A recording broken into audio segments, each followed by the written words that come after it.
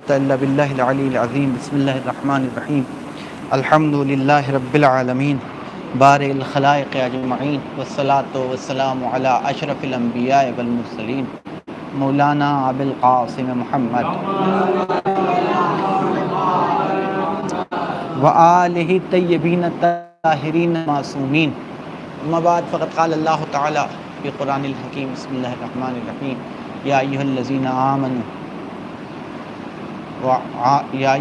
آمنوا عملوا الصالحات. ایک صلوات پڑھتے ہیں محمد.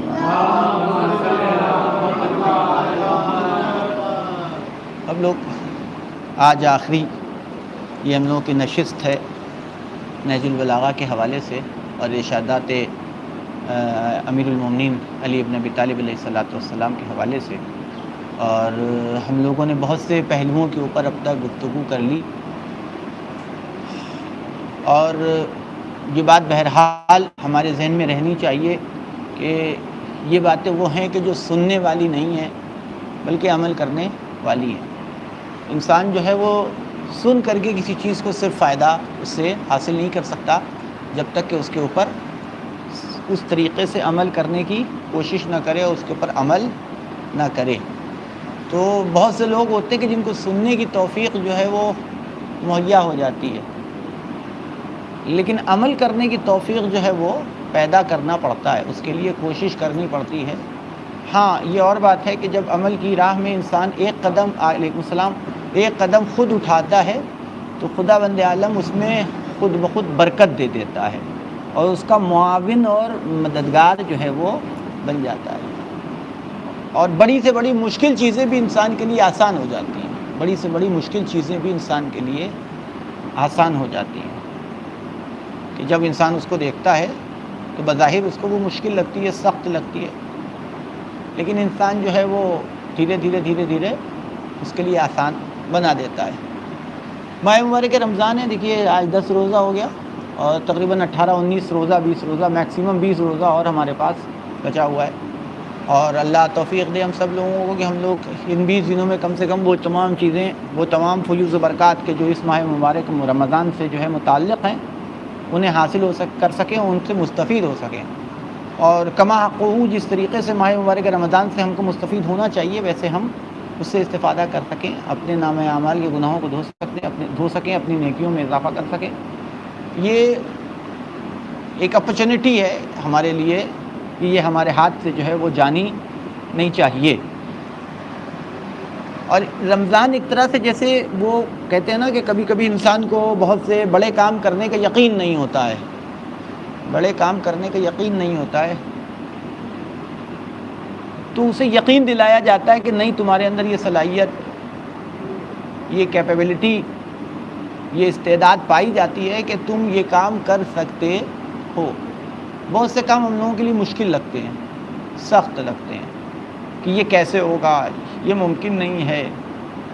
تو رمضان کو جو ہے ماہ مبارک رمضان کو درمیان میں اسی لیے سال میں ایک مرتبہ رکھا گیا ہے تاکہ یہ یقین دلایا جا سکے کہ تم کیا کیا کر سکتے ہو، تمہاری اپنی صلاحیتیں کیا ہیں. ایک طرح کی پریکٹس ہے کہ یہ ایک مہینہ آدمی بہرحال کتنا بھی گیا گزرا ہو اگر وہ روزہ رکھتا ہے تو 100% نہ صحیح لیکن کم سے کم ایک جسے کہہ لیجئے کہ وہ 25%، 50%، 60% اپنے آپ کو گناہوں سے جو ہے وہ جو 11 مہینے میں انسان سے خطائیں سرزد ہوتی تھیں اور معصیت اللہ کی یا جو غلطیاں کرتا تھا، تو 11 مہینے کی بنسبت اس مہینے میں انسان کسی حد تک اپنے آپ کو علیہ السلام کنٹرول کر لیتا ہے، روک لیتا ہے، بچا لیتا ہے بہت سی گناہوں سے، بہت سی خطاؤں سے، ہے کہ نہیں ہے. 11 مہینے تک وہ گانا سنتا تھا، 1 مہینہ وہ اپنے آپ کو محفوظ کر لیتا ہے. 11 مہینے تک مثلا کچھ اور اس طرح کے اعمال انجام دیتا تھا، 1 مہینہ رمضان کی کہ اس میں جو ہے وہ اپنے آپ کو بچا لیتا ہے. غلط بیانی سے کام لیتا تھا، 1 مہینہ اپنی زبان پہ کنٹرول کر لیتا ہے نا. یہ سارے کام اچھے خاصے جو ہیں کہنا چاہیے، میں یہ نہیں کہہ رہا ہوں 100% لیکن کم سے کم 25%، 50% انسان جو ہے وہ اپنے آپ کو گناہوں سے روک لیتا ہے، بچا لیتا ہے. کوئی دوسرا نہیں بچاتا، خود انسان بچاتا ہے نا. تو یہ 1 مہینہ چھوٹی موٹی مدت نہیں ہے، 1 مہینہ 30 دن ہے نا. اب 30 دن جو انسان، خدا یہی یقین دلانا چاہتا ہے کہ ہم نے رمضان کو ماہ مبارک رمضان کو اس میں روزے کو واجب کر کے تمہیں یہ یقین دلانے کی کوشش کی ہے کہ جب تم 1 مہینہ اپنے آپ کو گناہوں سے محفوظ رکھ سکتے ہو تو 2 مہینہ بھی رکھ سکتے ہو، 3 مہینہ بھی رکھ سکتے ہو، 4 مہینہ بھی رکھ سکتے ہو، سال بھر بھی رکھ سکتے ہو۔ یہ تمہارے اختیار کی بات ہے، ایسا نہیں ہے کہ یہ کوئی ناممکن کا کام ہے نا۔ وہ 1 مہینہ جو آدمی کر سکتا ہے کنٹرول اپنے اوپر، اور سب سے زیادہ سخت چیز اور سخت امتحان جو ہوتا ہے وہ انسان کا، وہ ہے بھوک و پیاسی کا امتحان ہے نا۔ سب سے سخت امتحان انسان کا بھوک و پیاس کا امتحان ہے کہ یہ بھوک کو کنٹرول کرنا، پیاس کو کنٹرول کرنا، خاص طور سے اس گرمی میں۔ حالانکہ اپریل ہے اور اپریل میں بہت زیادہ گرمی نہیں پڑتی، لیکن اس سال تو اپریل میں کچھ زیادہ ہی 42-43 ٹمپریچر ہو جا رہا ہے، لو چل رہی ہے اپریل میں۔ لیکن اس میں بھی جو ہے کام کرنے والے کام بھی کر رہے ہیں، روزمرہ کے کام جو ہے، مثلا ایسا نہیں کہ وہ گھر پہ بیٹھ گئے، نہیں، دوڑ دھوپ بھی رہے ہیں اور روزہ رکھ کے بھوک اور پیاس کو کنٹرول کر کے۔ تو یہ ہے آپ کی صلاحیت، یعنی یہ آپ کے اندر طاقت جو ہے نا، چھپی ہوئی جو طاقت ہے، وہ اس کے ذریعے سے پہچانا جا سکتا ہے کہ ہم 1 مہینے تک بھوک و پیاس پہ جب ہم کنٹرول کر سکتے ہیں تو بہت سی چیزوں پہ کنٹرول کر سکتے ہیں، ہے نا۔ یہ تو زندگی کے لیے لازم شے ہے نا بھائی، 5-7 کلو 8 کلو وزن انسان کا کم ہو جاتا ہے، کمزوری آ جاتی ہے، نقاہت انسان کے پیدا ہو جاتی ہے، لیکن اسے برداشت کرتا ہے انسان 1 مہینہ ماہ مبارک رمضان میں۔ اور روزہ انشاءاللہ ماشاءاللہ سے یہ بھوک و پیاس پہ قابو کرنا، دیکھیے انسان کی اپنی چیز ہے، رکھتا ہے روزہ، چاہے تو لوگوں کو یہی پتہ چلے کہ ہم روزے سے ہیں، وہ کہیں کنارے اکیلے تنہائی میں کھا بھی سکتا ہے، کسی کو پتہ بھی نہیں چلے گا، سمجھ رہے ہیں آپ۔ لیکن پھر بھی انسان جو ہے وہ روزہ رکھتا ہے، اکثریت روزہ رکھتے ہیں اور قابو کرتے ہیں اپنی بھوک اور پیاس کے اوپر، اور یہ سب سے سخت کام ہے۔ باقی چیزیں تو ایسی چیزیں ہوتی ہیں کہ جو مثلا ایسی ان کا قابو کرنا آسان ہے بنسبت ان 2 چیزوں کے، یعنی آپ اس کو آزمائیے، محسوس کیجئے تو محسوس کرنا بڑا آسان ہے۔ تو جب آپ بھوک و پیاس پہ کنٹرول کر سکتے ہیں تو اور بھی بہت سی چیزوں پہ آہستہ آہستہ وہ کنٹرول کیا جا سکتا ہے۔ تو یہ 1 مہینہ ایک طرح سے ہم کو آمادہ اور پریکٹس کروائی جاتی ہے کہ کیسے اپنے نفسانی خواہشات کو قابو میں کرنا ہے، کیسے اپنے نفس امارہ کو ہمیں مات دینی ہے، اور کیسے بھوک و پیاس سے کیسے ہم کو گناہوں سے بچنا ہے۔ تو 1 مہینے کی پریکٹس کے بعد جو ہے وہ انسان چاہے تو اس کو کنٹینیو کرنا چاہے تو کنٹینیو کر سکتا ہے، لیکن وہ ایک فکر رہتی ہے انسان کی، ہوتا یہی ہے کہ 1 مہینہ کرنے کے بعد جو ہے جیسے ہی عید آتی ہے تو انسان سوچتا ہے کہ بس ہم آزاد ہو گئے، یعنی جیسے ہی ماہ مبارک رمضان ختم ہوا اور عید آیا اور انسان آزادی محسوس کرنے لگتا ہے۔ اور یہ آزادی کاہے سے؟ اسے کھانے پینے کی خوشی کم ہوتی ہے، اسے کھانے پینے کی خوشی نہیں ہوتی ہے کہ کھانے پینے کو اب ملے گا، آپ بھوکے پیاسے نہیں رہنے، بلکہ خوشی اس بات کی ہوتی ہے کہ چلو اب وہ جو اتنی پابندی اتنے دن سے اپنے اوپر کنٹرول کیے ہوئے تھے، وہ کنٹرول جو ہے وہ اب وہ پابندی ہمارے اوپر سے ہٹ گئی، اب ہم فری ہو گئے۔ خیر اب تو پہلے کی بنسبت اب تو کم ہو گیا ہے، ورنہ آپ جانتے ہی ہیں کہ عید کے بعد جو ہے وہ جس سے کہہ لیجئے کہ جو سینما ہال وغیرہ میں جو حالت ہوتی تھی وہ آپ جانتے ہیں، اب پھر بھی اس کی بنسبت پہلے سے یہ چیز جو ہے کافی حد تک کم ہو گئی ہے، مطلب ایسا نہیں ہے کہ بڑھی ہے، کم ہوئی ہے۔ تھوڑا سا لوگوں کو احساس ہوا کہ آج ہی رمضان ختم ہوا، دوسرے ہی دن عید کا آیا اور عید کی نماز ادھر پڑھی، بس وہ ایک تالا ہوتا ہے کہ جو کنجی ہوتی ہے کہ جو کھل گئی، اب اس کے بعد جو ہے وہ انسان جو ہے وہ ہے نا، لیکن پھر بھی اب اچھا خاصا بدلاؤ، اچھی خاصی چینجنگ آئی ہے، اور انسان اس بات کا احساس کر رہا ہے کہ نہیں یہ تو دھوکہ ہوتا ہے، یہ تو فریب ہے کہ جو ہم 1 مہینہ دھوکہ اور فریب دیتے رہے اپنے آپ کو، اللہ کو تو دھوکہ فریب دیا نہیں جا سکتا ہے، لیکن خدا قرآن میں ایک بات کلیئر کر چکا ہے کہ تم کبھی بھی اللہ کو دھوکہ نہیں دے سکتے، اللہ کو فریب نہیں۔ اگر تم دھوکہ دیتے ہو تو اپنے آپ کو دھوکہ دیتے ہو، سورہ بقرہ کی ابتدائی آیت ہے کہ تم دھوکہ دیتے تو اللہ کو نہیں دھوکہ دیتے، اپنے آپ کو دیتے ہو، ہم کو نہیں دے سکتے تم دھوکہ، تو ہم کو فریب نہیں دے سکتے ہو۔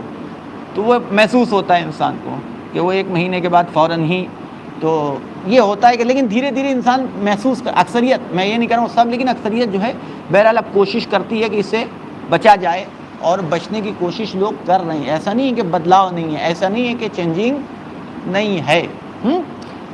اچھا، اب تو یہ بات ہو گئی شخصی، ہر ایک کی شخصی۔ ایک خطبہ ہے، چھوٹا سا خطبہ ہے، اسے ہم نے سوچا کہ اسے بھی آج بیان کر لیں تاکہ وہ نہج البلاغہ کا کنٹینیویشن جو ہے وہ رہے۔ یہ ہو گئی بات شخصی، ہے نا۔ اب آ جاتی ہے بات کہ ہم لوگ انسان کے بارے میں جو بتایا گیا ہے وہ یہ کہا گیا ہے کہ انسان ایک اجتماعی جانور ہے، سوشل اینیمل ہے نا. اجتماعی جانور کا مطلب سوشل اینیمل ہے، یعنی یہ جنگل میں نہیں رہ سکتا ہے.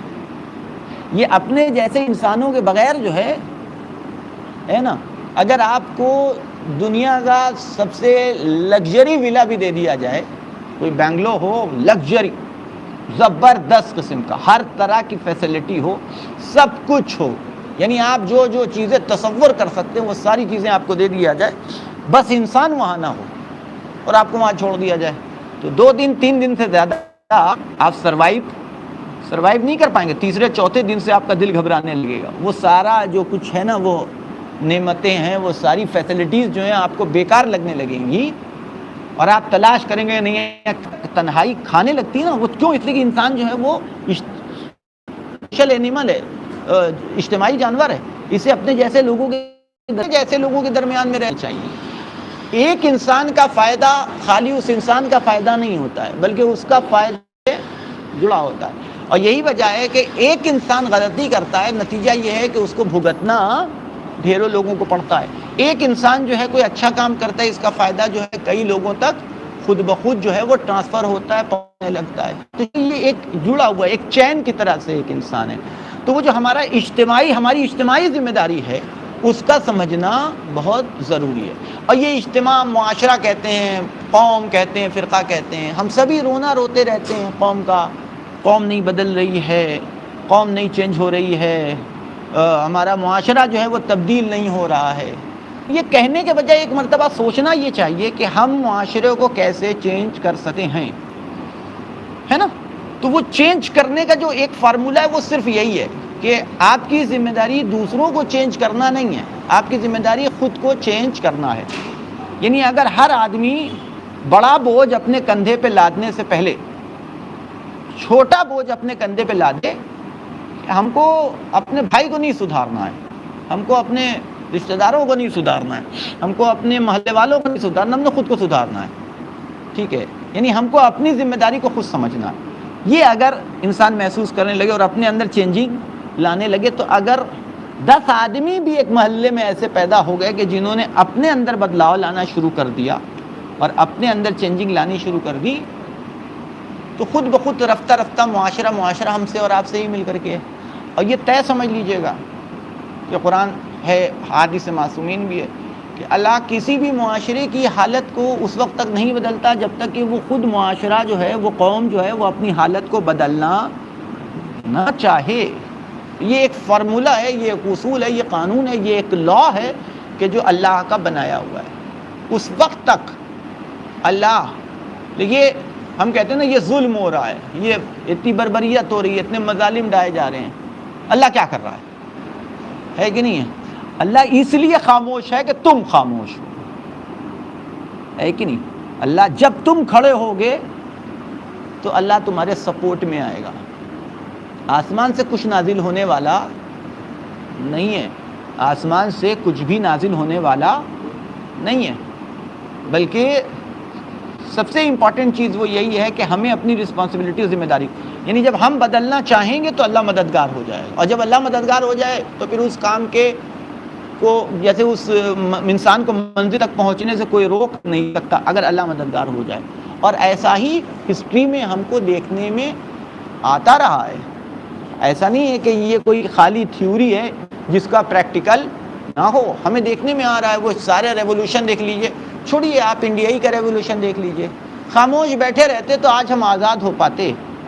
خاموش بیٹھے رہتے، بولنے ہی کا نتیجہ ہے، کھڑے ہونے ہی کا نتیجہ ہے نا کہ آپ آزادی میں ہیں. ایران کا ریولوشن دیکھ لیجئے، نہ بولتے، خاموش رہتے، جیسے سب خاموش تھے، بدلاؤ آتا نہیں آتا. امام حسین اگر یزید کے مقابلے میں علم بغاوت نہ بلند کرتے اور یزید کی بیعت سے انکار نہ کرتے اور مدینہ نہ چھوڑتے، تو لوگوں کو یزید کے بارے میں پتہ چلتا کہ یزید کیسا انسان ہے. تو وہ ایک ضروری ہوتا ہے کہ بدلاؤ کے لیے انسان کو خود پہلے کوشش کرنی پڑتی ہے، اور جب تک مل کر، اور یہ بھی ایک آدمی کا نہیں، مل کر کے، یعنی اگر کوئی آپ اچھا نہیں کر سکتے تو جو اچھا کر رہا ہے کم سے کم اس کے مددگار بن جائیے. آپ خود نہیں کھڑے ہو سکتے تو جو کھڑا ہوا ہے، جو آگے بڑھ رہا ہے، جو اپنی قربانی پیش کر رہا ہے، آپ اس کے مددگار بن جائیے. کم سے کم اتنا ہے. فزیکلی نہیں کر سکتے تو کم سے کم زبانی تو کر سکتے ہیں. فزیکلی نہیں کر سکتے، اسی کہتے ہیں دامے درمے سخنے، ہے کہ نہیں؟ یا اگر آپ اس کے قدم سے قدم ملا کے نہیں چل سکتے اس کے ساتھ، تو کم سے کم کچھ دوسرے طریقے سے اس کی مدد کیجیے. ویسے نہیں کر سکتے تو کم سے کم کچھ بول سکتے ہیں اس کی حمایت میں، تو اس کی حمایت میں بولیے. یہ ایک اصول ہوتا ہے. اور جب تک آپ اس فارمولے کو نہیں اپناتے تو آپ سر پٹک کے مر جائیے، آپ کی حالت کبھی بھی چینج ہونے والی نہیں ہے. اس کے علاوہ کوئی دوسرا راستہ بچتا نہیں. اب دیکھیے میں اسے پڑھ دوں تاکہ تھوڑا سا جناب ختیجہ کے حوالے سے بھی گفتگو ہو جائے. ایک صلوات پڑھیے.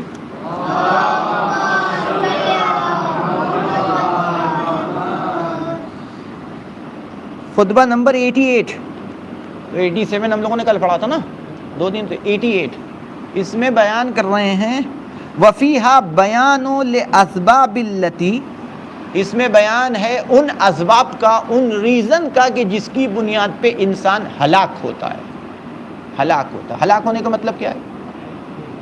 مر جانا ہلاک ہونا نہیں ہوتا. خالی مر گیا تو کہتے ہیں ہلاک ہو گیا. نہ زندہ رہ کے بھی انسان کہ زندہ ہے لیکن وہ ہلاک ہونے والوں کی فہرست میں اور ہلاک شدہ ہے. جس کا اپنا کوئی وجود نہ رہ جائے، جس کی اپنی کوئی حمیت، اپنی شخصیت ہے کہ نہیں، کوئی اپنی پرسنالٹی نہ رہ جائے، وہ بھی ہلاک ہونے والوں کی فہرست میں ہوتا ہے. تو وہ اسباب بیان کر رہے ہیں مولا کائنات کی جس کی بنیاد کے اوپر ایک انسان جو ہے، لوگ جو ہیں وہ ہلاک ہوتے ہیں. اب دیکھیے وہ فرماتے کیا ہیں مولا کائنات. بسم اللہ الرحمن الرحیم. اما بعد فإن اللہ لم یقسم جبار دہر قط الا بعد تمہیل ورخاء ولم یجبر عزم احد من الامم الا بعد عزل وبلاء. فرماتے ہیں کہ اللہ نے کسی ظالم کی اس وقت تک کمر نہیں توڑی جب تک کہ اسے مہلت نہیں دے دی، ہے نا، اسے ٹائم نہیں دے دیا. اس وقت تک کبھی کسی ظالم کی کمر نہیں توڑی، یعنی اسے ختم نہیں کیا، اس کے ظلم کو، اس کے وجود کو ختم نہیں کیا جب تک کہ اسے مہلت نہیں دے دی، ڈھیل نہیں دے دی. یہ مہلت اور ڈھیل دینے کا سبب کیا ہے؟ کیوں مہلت دی جائے، کیوں ڈھیل ہے؟ ہاں مہلت یعنی کیوں، یعنی کیا سبب؟ ایک آدمی ظلم کر رہا ہے، فوراً عذاب نازل ہو، ختم، آگے لوگ سدھر جائیں گے. ایک سوال ہے نا، کبھی کبھی ذہن میں آتا بھی ہوگا ہم لوگوں کے. کبھی ایک آدمی ظلم کر رہا ہے اور پھر بھی وہ بڑھتا چلا جا رہا ہے اور ظلم بھی اس کا بڑھتا چلا جا رہا ہے اور بے ظالم ہے، اور اللہ کہہ بھی رہا ہے کہ ظالموں کا بڑا دردناک عذاب ہے. تو ابھی ان پہ کوئی عذاب نازل ہو جائے، کوئی کینسر ہو جائے ان کو، کوئی اور موذی مرض ہو جائے، مر جائیں، ایکسیڈنٹ ہو جائے، گر پڑ جائیں، فلاں ہو جائے، ڈھکا ہو جائے، کچھ بھی، اور فوراً ان کو سزا مل جائے، قصہ پاک ہو جائے گا نا. اور پھر آگے والے سدھر جائیں گے اس کو دیکھ کر کے، آگے والے اس کو سدھر جائیں گے دیکھ کر کے.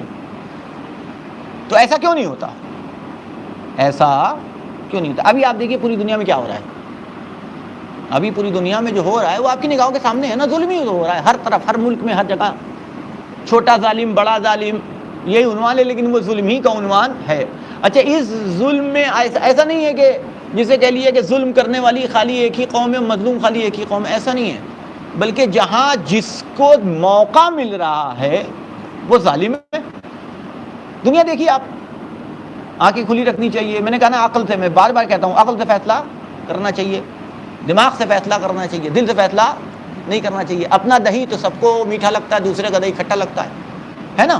نہیں، یہ کوئی اصول نہیں ہوا، یہ کوئی عقل مندی نہیں ہوئی. تو جس کو جہاں موقع ملتا ہے وہ ظالم بن جاتا ہے، جس کو جہاں موقع ملتا ہے نہیں ملتا ہے تو وہ وہی مظلوم ہے.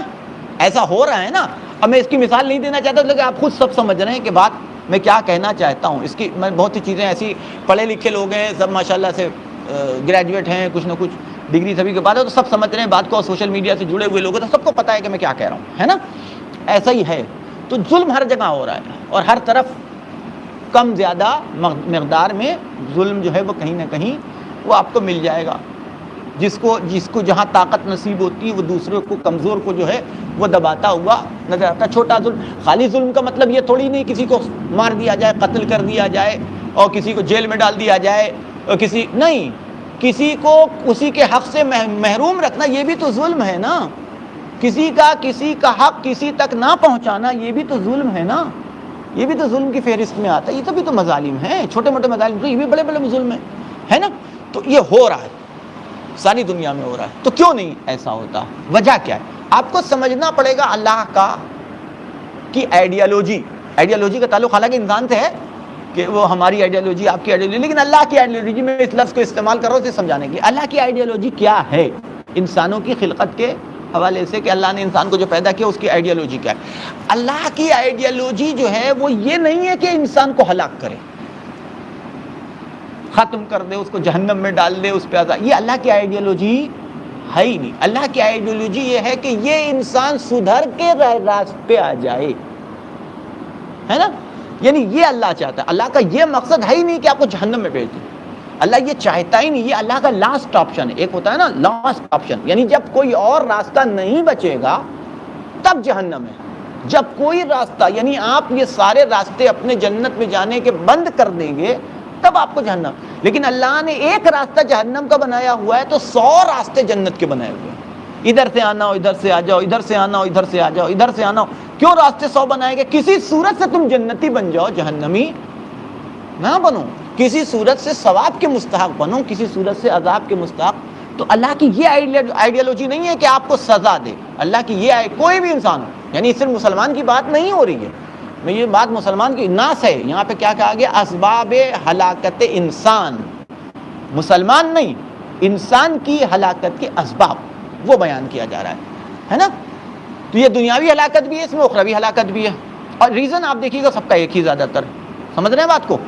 تو اللہ کی جو آئیڈیالوجی ہے، جو اللہ کا مقصد ہے، جو اللہ کا ارادہ ہے، جو اللہ کا منشا ہے، وہ کسی انسان کو جہنم تک پہنچانا نہیں ہے، بلکہ اللہ کا مقصد ہے ہر انسان کو جنت تک پہنچانا، ہر انسان کی عاقبت کو بخیر کرنا، ہر انسان کو راہ راست پہ لے آنا، ہر انسان کو ثواب دینا، جزا دینا، بدلہ دینا، نیکی دینا، گفٹ دینا. یہ اللہ کا مقصد ہے. سمجھ رہے ہیں آپ؟ وہ یہ چاہتا ہے. تو اگر ایک خطا کے اوپر فوراً عذاب نازل ہو جائے، ہے نا، تو اسے تو ٹائم دیا ہی نہیں گیا نا. سمجھ رہے ہیں بات کو؟ یعنی جیسی غلطی کی ویسی فوراً آپ نے پنشڈ کر دیا اسے، فوراً آپ نے اسے سزا دے دی، اور سزا دے دی اور وہ اس کو ہلاک کر دیا. تو نتیجہ کیا نکلے گا؟ پھر آگے کا راستہ جو ہے وہ اس کے، یعنی یہ ایک آدمی تو گیا نا، اور اللہ کا یہ ارادہ یہ ایک آدمی بھی نہ جائے، یہ ایک آدمی بھی نہ جائے. اسے بھی مہلت تو ہو سکتا ہے سدھر جائے، ہو سکتا ہے راستے پہ آ جائے، ہو سکتا ہے راہ راست سے مل جائے. سمجھ رہے ہیں بات کو؟ تو یہ ہے اللہ کا مقصد، یہ ہے اللہ کا ارادہ. تو خدا کہہ رہے، ملائکہ کائنات فرماتے ہیں کہ اللہ نے کسی بھی ظالم کی اس وقت تک کمر نہیں توڑی جب تک کہ اسے ڈھیل نہیں. یہ ڈھیل دونوں طرح کی ہے.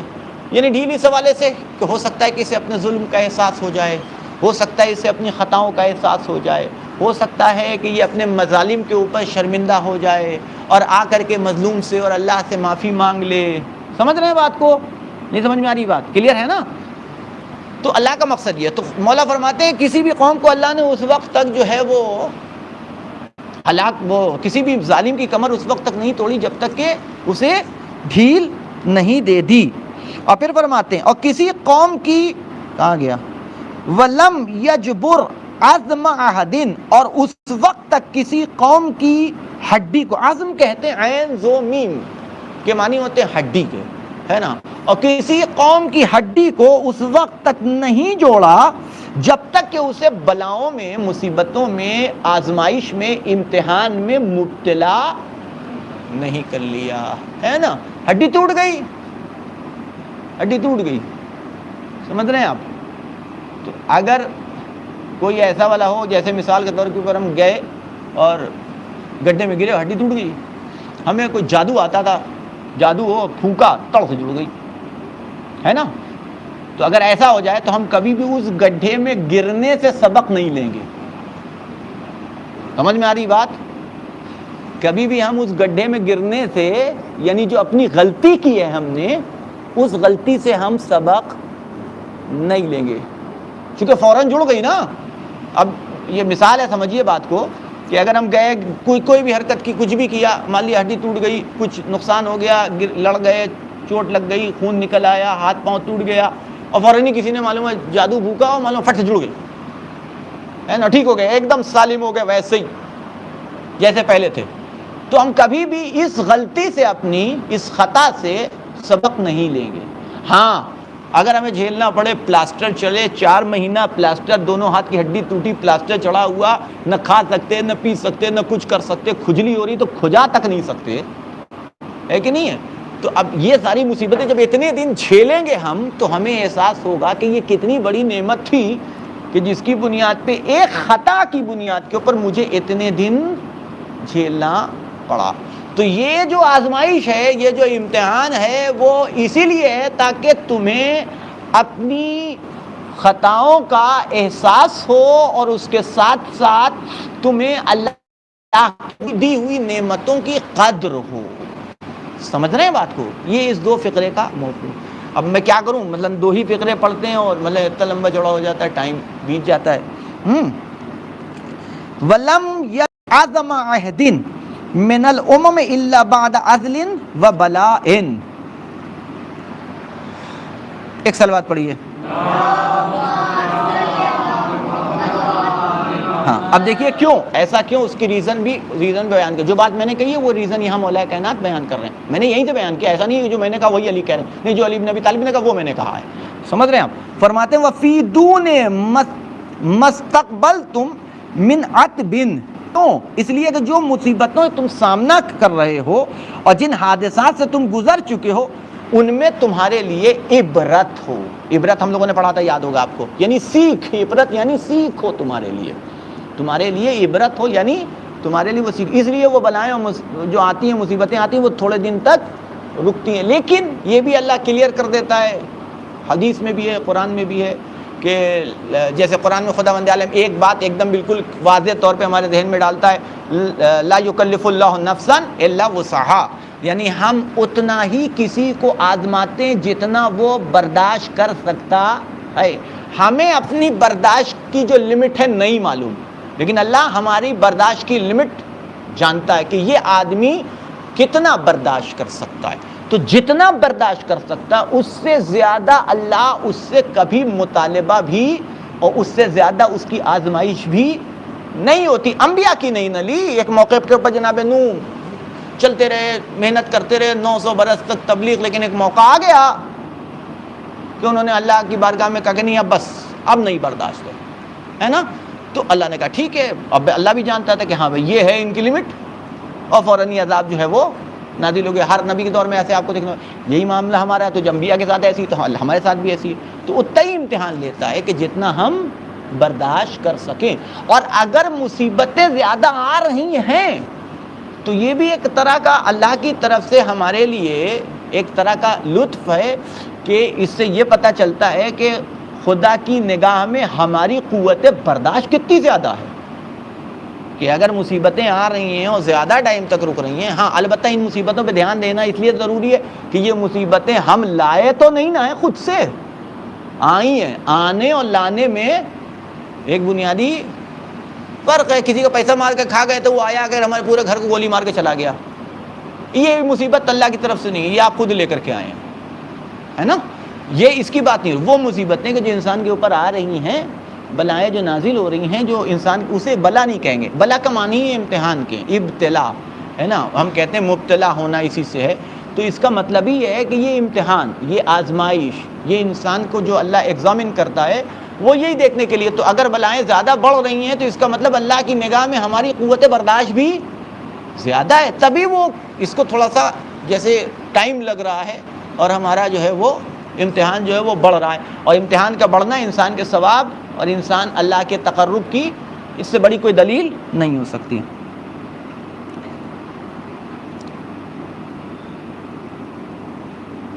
اور پھر اچھا دیکھیے وما لیکن اب جو لیکن ہے یہ بڑا پیارا ہے جملہ جو اگلا، اسی کو یہیں ختم کر دیتے ہیں پھر انشاءاللہ کسی موقع کے اوپر. کہ جو لیکن مولا کائنات نے کہا ہے، لیکن افسوس، اب وہ جو افسوس ہے وہ بڑا عجب ہے.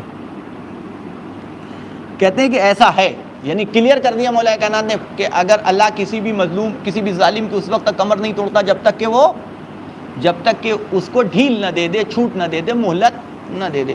اور کسی بھی قوم کی ٹوٹی ہوئی ہڈی کو اس وقت تک نہیں جوڑتا جب تک کہ اس کی آزمائش نہ کر لے، اس کا امتحان نہ لے لے، تب تک اس قوم کی ہڈی کو، ٹوٹی ہوئی ہڈی کو، یعنی اس مصیبت کو اس قوم کے اوپر سے دور نہیں الگ نہیں کرتا ہے. ٹھیک ہے، اور یہ کیوں کرتا ہے؟ تاکہ تمہیں عبرت حاصل ہو. لیکن کمال یہ ہے کہ مولا فرماتے ہیں کہ ایسا ہوتا ہے، لیکن یہ انسان ایک عجیب ہے کہ اس کے باوجود سبق نہیں لیتا ہے. فرماتے ہیں کہ وما کل ذی قلب بلبیب ولا کل ذی سمع بسمیع ولا کل ناظر ببصیر. فرماتے ہیں لیکن عجب ہے، کیا کیا جائے اس کے لیے کہ ہر صاحب قلب جو ہے وہ صاحب عقل نہیں ہوتا. ہر وہ کہ جس کے پاس دل ہے دماغ نہیں ہوتا ہے، یعنی عقل سے کام نہیں لیتا، اس کو سمجھنے کی کوشش نہیں کرتا. کیا کیا جائے کہ ہر سننے والا، اس کے پاس کان ہوتے ہیں لیکن اس کے پاس سماعت نہیں پائی جاتی، یعنی جو کہا جا رہا ہے اس کی طرف متوجہ نہیں ہو پاتا ہے نا. ولا کل ناظرین ببصیر، ہر دیکھنے والا آنکھیں دیکھ رہا ہے لیکن بصیرت نہیں، بصارت ہے. بصیرت میں نے بتایا تھا نا، بصارت و بصیرت کا فرق. بصارت یعنی ظاہر کو دیکھنا، بصیرت یعنی گہرائی میں اتر کے اس کی ڈیپتھ کا اندازہ لگانا، یہ ہے بصیرت، ہے کہ نہیں ہے؟ باطن تک نگاہ کا پہنچ جانا، یہ کہلاتا ہے بصارت ہے. لیکن کیا کیا جائے، لوگوں کے پاس بصارت پائی جاتی ہے، بصیرت نہیں پائی جاتی. بس میں نے اس بات کو یہیں پہ روک دیتے ہیں، لیکن کافی لمبا بھی ہے. حالانکہ خطبے کا ہم لوگوں کا ارادہ نہیں تھا، لیکن لوگوں نے کہا کہ ایک خطبہ 1-2 عدد بیان کیا جائے، تو اس کو بھی ہم نے بیان کیا. خیر، آج جو ہے وہ تاریخ ہے ایک شخصیت، ان کی شہادت. کون جانتے ہوں گے؟ جناب خدیجۃ الکبریٰ. یہ نبی کی زوجہ، ان کو ساری خصوصیات، یعنی وہ شرف جو ان کو حاصل ہے وہ کسی اور کو حاصل نہیں ہے. شیعہ سنی روایات کو اگر دیکھا جائے تو زیادہ تر روایتوں میں ملتا ہے. اب یہ اختلاف ہے، بہت بڑا آپس میں کنٹروورسی ہے کہ جناب خدیجہ کی شادی رسول خدا سے کس عمر میں ہوئی. بعض لوگ کہتے ہیں کہ وہ اہل سنت تو متفق ہیں اس بات کے اوپر کہ جناب خدیجہ 40 سال کی تھیں اور رسول خدا 25 سال کے تھے، یعنی 15 سال کا ایج کا ڈیفرنس تھا. لیکن بعض روایات اور بعض علماء نے جو کتاب لکھی ہے ان کی جو تحقیقات ہیں، اور یہ تھوڑا سا ایکسیپٹیڈ ہیں، قابل قبول ہیں، کہ نہیں اتنا فرق نہیں تھا، 2 یا 3 سال کا فرق صرف اور صرف تھا. بہرحال تو جو آپ روایات دیکھیں گے تو آپ کو پتہ چلے گا کہ عام الفیل سے، یعنی جب رسول کی ولادت ہوئی ہے، ایک عام الفیل کو رسول خدا کی ولادت ہوئی ہے. عام الفیل میں نے بتایا کہ عام الفیل کون والا سال ہے. عام الفیل کیا کہلاتا ہے؟ جس سال ابرہہ ایک بادشاہ تھا، جس سال وہ ہاتھیوں کا لشکر لے کر کے خانہ کعبہ کو ڈھانے کے لیے آیا تھا. تو فیل کے معنی ہوتے ہیں ہاتھی، عربک میں فیل کہتے ہیں ہاتھی کو، ہے نا. اور عام کہلاتا ہے عین الف میم، عام کہلاتا ہے سال. عام الفیل یعنی ہاتھی والا سال. اسی سال جس سال ابرہہ لشکر لے کر کے خانہ کعبہ کو ڈھانے آئے، تو اسی سال جناب رسول خدا کی ولادت باسعادت ہے نا. اور اس سے ٹھیک 10 سال پہلے جناب خدیجہ کی ولادت کے بارے میں لوگ نقل کرتے ہیں. ایک روایت، بعض روایتیں تو نہیں، اس سے 3 سال پہلے. 2 روایتیں، ایک 10 سال پہلے، ایک 3 سال پہلے. اگر 10 سال پہلے 15 سال پہلے مان لیا جائے تو تقریباً 15 سال، بعض روایتیں 15 سال، بعض روایتیں 10 سال، بعض روایتیں 3 سال.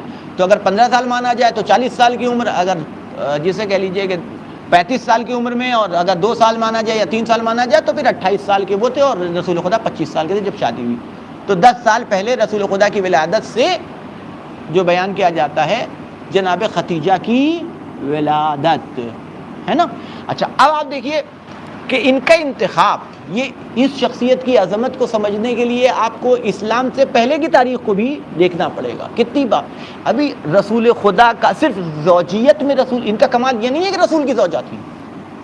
زوجہ ہونا رسول کا کمال، رسول کی زوجہ ہونا یہ کمال نہیں ہے، بلکہ سلسلہ امامت کے لیے ان کا انتخاب ہونا یہ کمال ہے. کہ صرف زوجہ رسول ہونا جناب خدیجہ کمال نہیں ہے، بلکہ اللہ نے انہیں انتخاب کیا تھا جناب فاطمہ کی ماں ہونے کے لیے.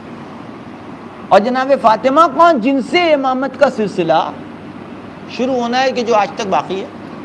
یہ انتخاب ہے. تو اب آپ دیکھیے اسلام آیا کب؟ نبی جب 40 سال کے ہوئے، نبی جب 40 سال کے ہوئے تب اعلان رسالت کیا، تب اعلان رسالت کیا جب 40 سال.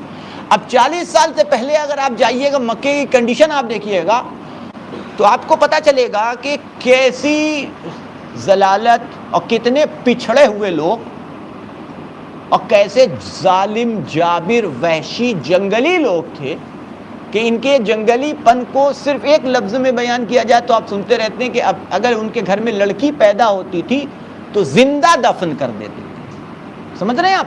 یعنی رسول کے ولادت سے پہلے اور اعلان رسالت سے پہلے کی یہ کنڈیشن ہے نا. سنا ہوگا آپ لوگوں نے 50 مرتبہ سنا ہوگا. جائیے ویکیپیڈیا کر لیجئے تو آپ کو پتہ بھی چل جائے گا. یہ تو ہے کہ 40 سال پہلے جو ہے وہ رسول کی ولادت، وہ اعلان رسالت سے 40 سال کے وہ جب اعلان رسالت کیا، یعنی سن 40 عام الفیل میں، ایک عام الفیل میں پیدا ہوئے، 40 عام الفیل میں رسول خدا نے اعلان رسالت کیا.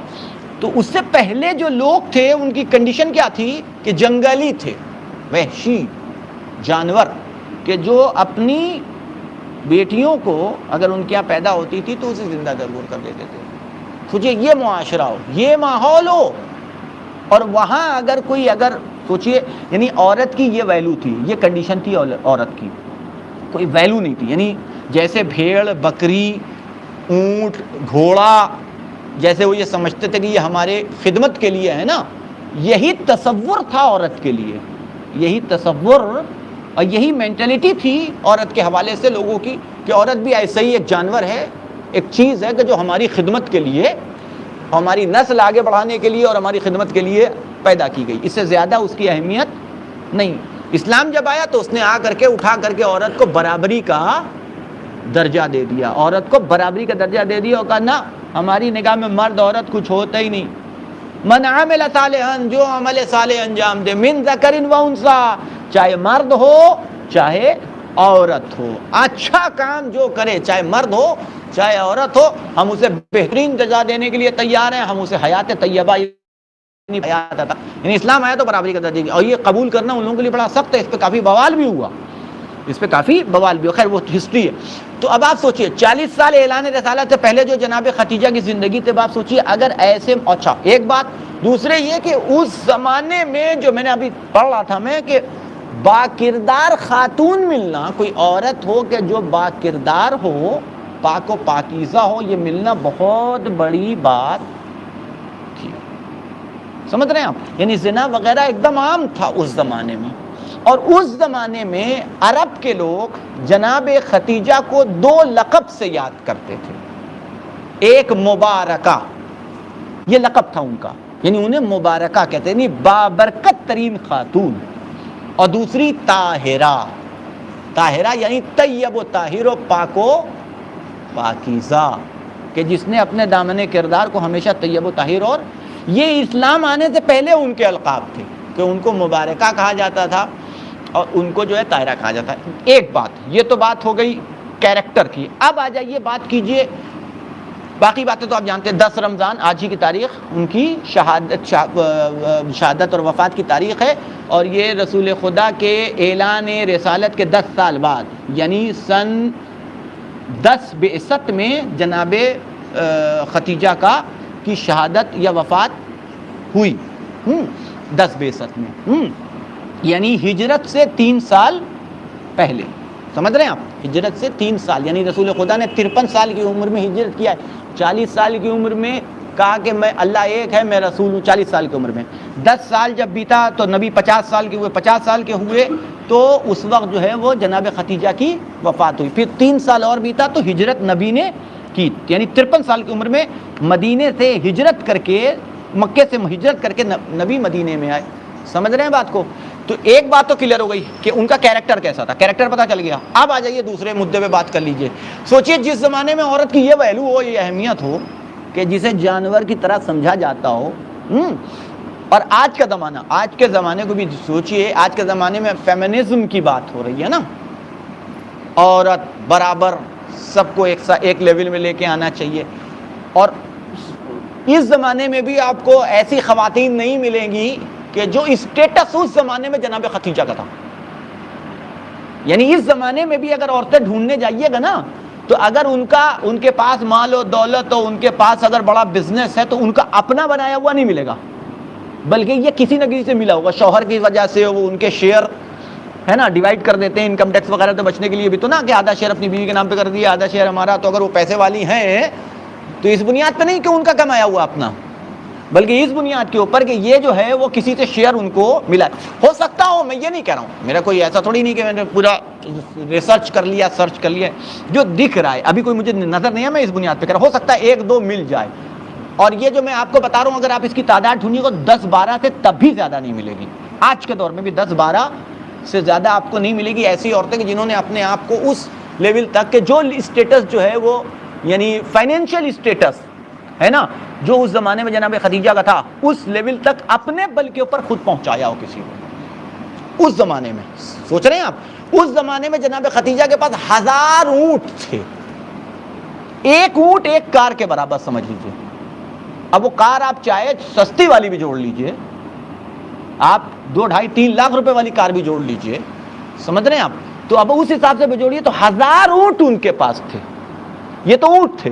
ان اونٹوں کے اوپر بار ہو کر کے ان کے بزنس کا، یعنی بزنس کرتی تھی نا یہ ٹریڈنگ جسے کہلانا چاہیے، ٹریڈنگ یعنی سامان ادھر سے کسی ملک بھیجا، وہاں سے یہاں کا سامان وہاں گیا، وہاں بکا، پھر وہاں سے سامان آیا یہاں بکا. سمجھ رہے ہیں آپ. تو یہ جو امپورٹ ایکسپورٹ کا بزنس، امپورٹ ایکسپورٹ کا بزنس آپ سوچیے، یعنی آج سے کتنے سال پہلے، یعنی 1400 سال سے زیادہ پہلے. اور وہ اس کے 1000 اونٹ. عرب میں بھی جائیے، میں نے جو ابھی ڈھونڈا ہے تو 1000 اونٹ رکھنے والے مرد بھی کم تھے، کہ جن کے پاس 1000 اونٹ ہوں، وہ ایسے لوگ جو ہیں وہ کم تھے. اس زمانے میں جناب خدیجہ کا یہ اسٹیٹس تھا کہ 1000 اونٹ کی مالکہ، 1000 اونٹ. اور اس کے اوپر مال جو ہے وہ لد کر کے جاتا تھا بزنس کے لیے، پروفٹ ہوتا تھا، اور پھر اس کے بعد وہاں سے مال آتا تھا، یہاں بکتا تھا. تو یہ ان کا اس زمانے میں لیول تھا، یعنی پیسے کا. اور یعنی سوچئے دونوں طریقے سے، یعنی ایک طرف کردار، کیریکٹر اتنا طیب و طاہر و پاک و پاکیزہ کہ وہ عرب کے بدو، جاہل، وحشی، جنگلی لوگوں سے بھی وہ اپنا، ان کا لقب تھا، ان کو پکارتے تو کہتے تھے یہ تو طاہرہ ہے، پاک و پاکیزہ، طیب و طاہر. یا جس زمانے میں زنا وغیرہ اور بد کرداری عام ہو، اس زمانے میں جناب خدیجہ کو طاہرہ کہہ کے مخاطب کیا جاتا تھا، ہے نا. اور مبارکہ کہہ کے تمنا رکھتے تھے، آرزو رکھتے تھے کہ کسی صورت سے کہ ان سے ہماری شادی ہو جائے. آج کے زمانے میں بھی ایسے ہی نا، کہ ایسی لڑکی تلاش کرتے ہیں کہ جو سرکاری نوکر والی ہو، کہ ہم کو کچھ کرنا نہ پڑے، سرکاری نوکری ہو، کمائے گی، پیسہ آئے گا، ہے کہ نہیں. اور ایسی لڑکیوں کی آپ دیکھیے ڈھیروں نسبت آتی ہے، ڈھونڈتے رہتے ہیں بہت سے لوگ. کاہلوں کی کمی تھوڑی ہے آج کے زمانے میں، ہے کہ نہیں. تو تلاش کرتے رہتے ہیں. تو ہے ایسا نا. تو آپ سوچیے کہ اس لیول کی اگر کوئی خاتون ہوگی تو کتنے لوگوں کی تمنا ہوگی، کتنے لوگوں کی آرزو ہوگی کہ جناب خدیجہ سے ہماری شادی ہو جائے، ہم ہماری زوجیت میں جناب خدیجہ آئیں. اور کتنے پرپوزلس آتے ہوں گے، کم آتے ہوں گے، بہت آتے ہوں گے نا. لیکن سب کا وہ انکار کرتی رہی. تو ان کو جو تلاش تھی، وہ تلاش تھی. تو انہوں نے باقاعدہ طور اب جناب رسول خدا سے شادی کی تو کس بنیاد پہ شادی کی؟ اب بنیاد اس کو دیکھنے والی بات. ان کی نگاہ کا بھی جو ان کا جو مطالبہ تھا اسے بھی دیکھیے کہ وہ کیا چاہتی تھی، یعنی کس طرح کا شوہر چاہتی تھی. تو انہوں نے نبی کے پہلے کردار کے اوپر تحقیق کروائی کہ یہ کیسے ہیں، ان کا کردار کیسا ہے، ان کا کیریکٹر کا. سن رکھا تھا کہ لوگ ان کو امین کہتے ہیں، ان کو صادق کہتے ہیں. تو باقاعدہ طور کے اوپر ایک تحقیق ان کے بارے میں. اور یہ بہت امپورٹنٹ بات ہے یہ ہمیں اور آپ کے لیے کہ چاہے لینے جاؤ، چاہے لڑکا تلاش کرنے جاؤ. اور جناب رسول خدا کا اسٹیٹس کیا تھا؟ بالکل برعکس جناب خدیجہ کا، مالی اعتبار سے بالکل برعکس جناب خدیجہ کا، بالکل برعکس. یعنی جو اسٹیٹس مالی اعتبار سے رسول خدا کا تھا، وہ جناب خدیجہ کا تھا، اس کے اعتبار سے جناب رسول خدا کا جو مالی اور فائنینشیل اسٹیٹس تھا وہ بالکل نہیں نا. یتیم. اب جو یتیم ہو تو آپ سوچئے، سنا ہوگا آپ نے کہ جب جناب رسول خدا پیدا ہوئے تو ان کو جو آتی تھیں عرب کی عورتیں اور دودھ پلانے کے لیے بچوں کے لیے آتی تھیں، تو مالدار بچوں کو لے کر کے جاتی تھی کہ ان کو دودھ پلائیں گے تو ہم کو پیسہ زیادہ ملے گا. تو رسول خدا کو لے جانے والا نہیں تھا، چونکہ یتیم کا ہے تو پیسہ کہاں سے ملے گا، یتیم بچہ ہے تو پیسہ کہاں سے ملے گا، تو کوئی لے جانے والا نہیں. تو وہ حلیمہ سعدیہ والا واقعہ جو بیان کرتے ہیں، وہ بھی ایک الگ موضوع ہے، ایک الگ سبجیکٹ ہے، میں اس میں نہیں جانا چاہتا. تو وہ لے کر کے گئیں، ہے نا. تو یہ معاملہ تھا. کہاں پلے؟ جناب ابو طالب کے گھر میں، چچا کے گھر میں. انہوں نے پروان چڑھایا، انہوں نے پالا پوسا، انہوں نے بڑا کیا. تو پیسہ تو کچھ بھی نہیں، اور ان کا لیول کیا ہے وہ. تو اب آدمی جو ہے جب تلاش کرتے ہیں، ہم اور آپ جو شادیاں کرنے کے لیے جاتے ہیں تو کس اسٹیٹس کو دیکھا جاتا ہے؟ یعنی اگر لڑکے کی شادی ہو رہی ہے تو لڑکی کس اسٹیٹس کی تلاش کی جاتی ہے، لڑکی کی شادی ہو رہی ہے تو لڑکا کس اسٹیٹس کا تلاش کیا جاتا ہے کہ نہیں ہے؟ تو یہ آدمی ڈھونڈتا ہے کہ بھیا اگر ہم سے بڑا ہو فائنینشیلی، پیسے ویسے کے معاملے میں ہم سے بڑا ہو، ہم سے کم نہ ہو، یا ہمارے بہت ہو تو لیول کا ہو. اس سے نیچے کوئی کمپرومائز کرنے کو تیار نہیں ہوتا ہے. یہی دیکھ کر کے شادی ہوتی ہے. اور جناب خدیجہ اپنے لیے شوہر کا انتخاب کر رہی ہیں تو سوچئے بڑے بڑے سرداروں کے رشتے آ رہے ہیں جناب خدیجہ کے پاس، بڑے بڑے سرداروں کے رشتے آ رہے ہیں کہ ہم سے شادی کر لیے، ہم سے شادی کر لیے، اتنا ہے. اور باقاعدہ پھر جناب فاطمہ زہرا والی کی جب شادی کا معاملہ آیا تو رسول اللہ کے پاس کیسے کیسے لوگ آ رہے تھے، اور بتا رہے تھے نا کہ ہمارے پاس ہے کیا، یعنی اپنا پورا وہ کیا کہلاتا ITR، وہ جو بھرتے ہوں گے اس زمانے میں وہ پورا رکھتے ہوں گے، اتنے اونٹ ہیں، اتنے یہ اتنے، ایسے ہی آ رہا تھا نا رسول. پڑھیے ہے اس میں ایسے ہی رسول اللہ، یا رسول اللہ یہ سرداری ہے اور ایسے ہے تو ویسے ہے تو ویسے ہے، مطلب پورا اپنے مال اور جائیداد کا بیورا جو ہے رسول اللہ تک پیش کر رہے تھے کہ جہاں فاطمہ زہرا کی تو جناب خدیجہ تک بھی تو ایسا ہی آ رہا ہوگا نا ان کا. تو اب سوچئے یہاں تو رسول اللہ کے پاس پیسہ بھی نہیں تھا نا. جناب خدیجہ تو بتائیے سوچئے 1000 اونٹ کی مالکہ، کم سے کم 1000 اونٹ، اور اس کے علاوہ جو بزنس جو ہوتا ہوگا وہ اپنی جگہ ہے، وہ جو ان کا تجارت کو جو مال ان کا رہا ہوگا وہ اپنی جگہ ہے. تو کتنے پرپوزل ہو، کیسے کیسے لوگ اپنا بھیج رہے ہوں گے، پورا بایو ڈاٹا آ رہا ہوگا کہ یہ ہمارا لیول ہے، یہ ہمارا اسٹیٹس ہے، اور اتنا پیسہ ہے ہمارے پاس، اتنی جائیداد ہے، اتنی زمین ہے، اتنی جاگیر یہ سب آ رہی. تو سب کو ٹھکرائی تھی. تلاش کیا کر رہی تھی کہ یہ نہیں دیکھا انہوں نے کہ ہمیں شوہر کی جیب میں کتنا، ہمارا جو شوہر ہوگا اس کی جیب میں پیسہ کتنا ہے، بلکہ انہوں نے جو سرچ کیا وہ یہ کہ کردار کیسا ہے. سنا کہ صادق ہے، امین ہے، تو خالی سننے پہ بھروسہ نہیں کیا بلکہ تحقیق کی، معلوم کیا، لوگوں سے دریافت کیا، اپنے غلام کو لگایا کہ پتہ کرو ان کے بارے میں، ان کا کردار کیسا ہے، ان کا کیریکٹر کیسا ہے. جب بزنس کے لیے جناب رسول خدا کو مدعو کیا تو اپنے غلام کو ہمراہ کر دیا، کہا ان کے اوپر نگاہ رکھنا، آ کے مجھے بتانا کہ یہ کیسے تھے، ان کو تم نے کیسا پایا. اور پھر جو ہے وہ شادی کا پرپوزل بھیجا اور پھر شادی کی جناب خدیجہ نے. سوچیے، یعنی ایسی خاتون کا نام ہے جناب خدیجہ. بس آخری بات اور بات کو ختم کرتا ہوں.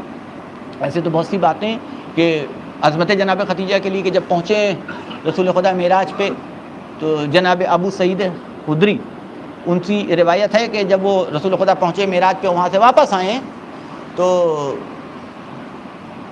رسول خدا نے سے سوال کیا، کسی نے پوچھا معراج کے بارے میں، تو رسول خدا نے جب معراج کے واقعے کو ذکر کیا تو فرمانے لگے کہ جب میں وہاں سے واپس لوٹ رہا تھا تو جبریل جو میرے ہمراہ تھے، تو میں نے ان سے جبریل سے پوچھا کہ کیا تمہاری کوئی حاجت ہے، کیا تمہاری کوئی حاجت ہے؟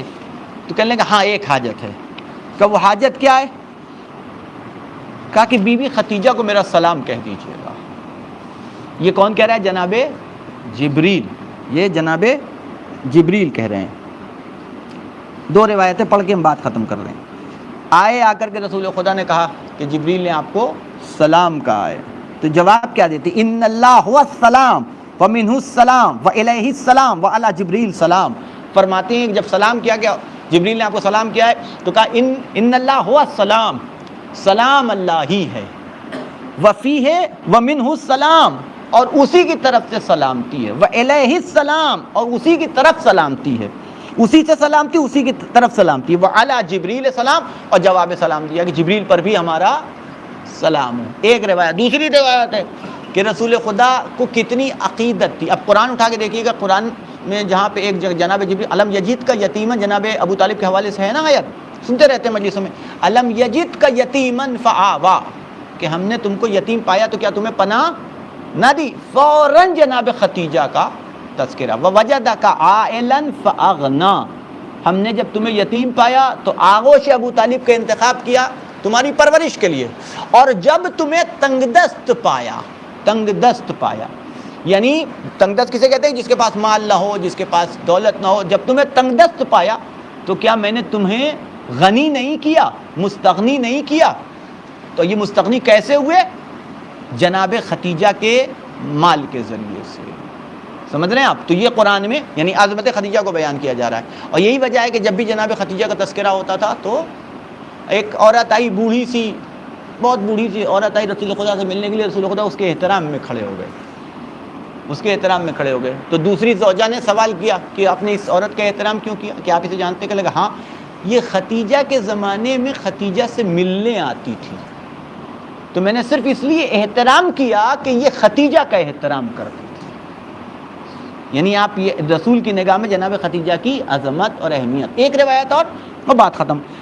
تذکرہ نکل گیا جناب خدیجہ کا. جیسے ہی سنا تو نبی نے ایک آہ بھری اور رونے لگے. جناب خدیجہ کو یاد کر کے، جناب خدیجہ کی وفات کے بعد زوجہ کے اپنی ازواج کے درمیان میں بیٹھے ہوئے تھے اور بات نکلی جناب خدیجہ کی، تو جناب خدیجہ کا تذکرہ کر کے رونے لگے، گریا کرنے لگے، آنسو لینے لگے. تو ایک زوجہ نے، اب عورتوں میں آپس میں ہوتا نہیں وہ ایک جیلسی، اب بیوی ہیں کئی عدد ہیں تو آپس میں تو ہوگا ہی ہوگا. تو ایک زوجہ نے کہا کہ آپ وہ بوڑھی عورت کو یاد کر کے آنسو بہا رہے ہیں اور گریا کر رہے ہیں. تو نبی کی پیشانی پہ بل پڑ گیا کہ تم کیا جانو خدیجہ کی عظمت. اور اب جناب خدیجہ کی عظمت کو بیان کر رہے ہیں. صدقتنی اذ کذبتنا. اب یہ کذبتم بھی روایت میں اور کذبتنا بھی روایت میں ہے کہ خدیجہ نے میری تصدیق اس وقت کی کہ جب تم لوگ مجھے جھٹلا رہے تھے. پہلی عورت ہے نا جنہوں نے جو اسلام لائی ہیں، پہلی عورت ہیں کہ جو نبی پہ اسلام لے کر. خدیجہ کو میں کیسے بھول سکتا ہوں؟ میری تصدیق، میری تائید خدیجہ نے اس وقت کی ہے کہ جب تم لوگ مجھے جھٹلا رہے تھے. وآمنت بھی، اور وہ اس وقت مومنہ تھی کہ جب تم لوگ کافر تھے، جب تم لوگ کفر کرتے تھے وہ مجھ پہ ایمان رکھتی تھی. وولدت لی اذا اقمت النا، اور اس وقت انہوں نے مجھے اولاد عطا کی. یہ وہ تنہا بیوی جس نے مجھے اولاد عطا کی جبکہ تم سب کے سب بانجھ ہو. سمجھ رہے ہیں آپ؟ تو یہ عظمت ہے جناب خدیجہ کو رسول خدا کی زبان میں. آج انہی کی شہادت کی تاریخ ہے. وآخر دعوانا الحمد للہ رب العالمین. بسم اللہ الرحمن الرحیم. ان اللہ وملائکتہ یصلون علی النبی یا ایھا الذین آمنوا صلوا علیہ وسلموا تسلیما.